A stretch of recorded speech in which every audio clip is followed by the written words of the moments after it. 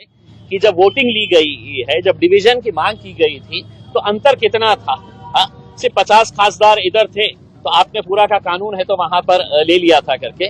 और ठीक है, अब उनका साथ देने के लिए टीडीपी के हमारे चंद्रबाबू नायडू साहब है, जेडीयू के नीतीश कुमार साहब है, उन्होंने आज डर और खौफ में मोदी जी का साथ तो दे दिया, लेकिन 4 महीने के बाद उनको इलेक्शन के अंदर जाना है। वहां पे वो क्या सूरत लेकर जाने वाले हैं, ये भी है तो एक सवाल रहेगा।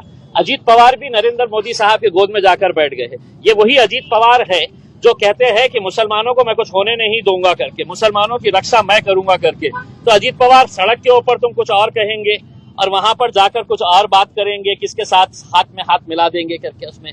तो इनकी बोलनी और करनी के अंदर बहुत फर्क नजर आ रहा है। अब हो गया है, बिल पास हो गया है, एक लड़ाई रास्ते के ऊपर लड़ेंगे, दूसरी लड़ाई सुप्रीम कोर्ट के अंदर जाएंगे। लेकिन सुप्रीम कोर्ट से भी अब हमें बहुत ज्यादा उम्मीदें नहीं रही। अगर वहां पर अच्छे ईमानदार अगर जज बैठे हैं और वो सुन रहे हैं तो इंसाफ की उम्मीद है। अगर वो जज बैठा है जो रिटायरमेंट के बाद जिसे NHRC national human rights commission का चेयरमैन बनना है या उसे राज्यसभा की सीट चाहिए, तो इंसाफ वहां पे भी नहीं मिलने वाला है।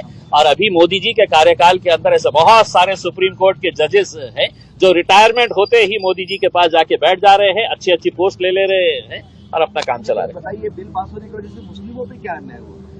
देखिए, ये मुसलमानों की जमीनें थी, मुसलमानों की जायदादें थी। इसमें आज हमारे को जो खतरा हमारे ऊपर मंडला रहा है, इसमें ऑलरेडी पेपर के ऊपर आपको हजारों एकड़ जमीन नजर आ रही है। ये जमीनें वापस किस तरह से ली जा सकती है, इसके लिए कायदा बनाने की जरूरत थी। इसके अंदर पूरे बिल के अंदर कहीं कोई प्रावधान नहीं है। आपको ताज्जुब होगा अगर कोई मुतवल्ली पहले वक्फ की जमीन को बेचता है, वक्फ की जमीन को पहले बेचता है तो 2 साल की सजा और नॉन बेलेबल ऑफेंस था। अमित शाह जी ने इतने खुश हो गए हैं कि चलो मैं मुसलमानों को तो ये, लेकिन मेरी इनकी जमीनें जो बेच रहा है, तो 2 साल की सजा कम करके उसको 6 महीने कर दिए हैं और जो नॉन बेलेबल ऑफेंस था उसको बेलेबल ऑफेंस कर डाले है।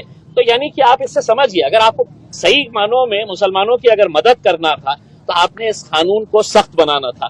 आपने पूरे मुतवल्लियों को, पूरे जितने भी बोर्ड के मेंबर धांधलियां किए हैं, उनको कड़ी से कड़ी सजा कैसी मिल सकती है, हम उसका सपोर्ट करे होते।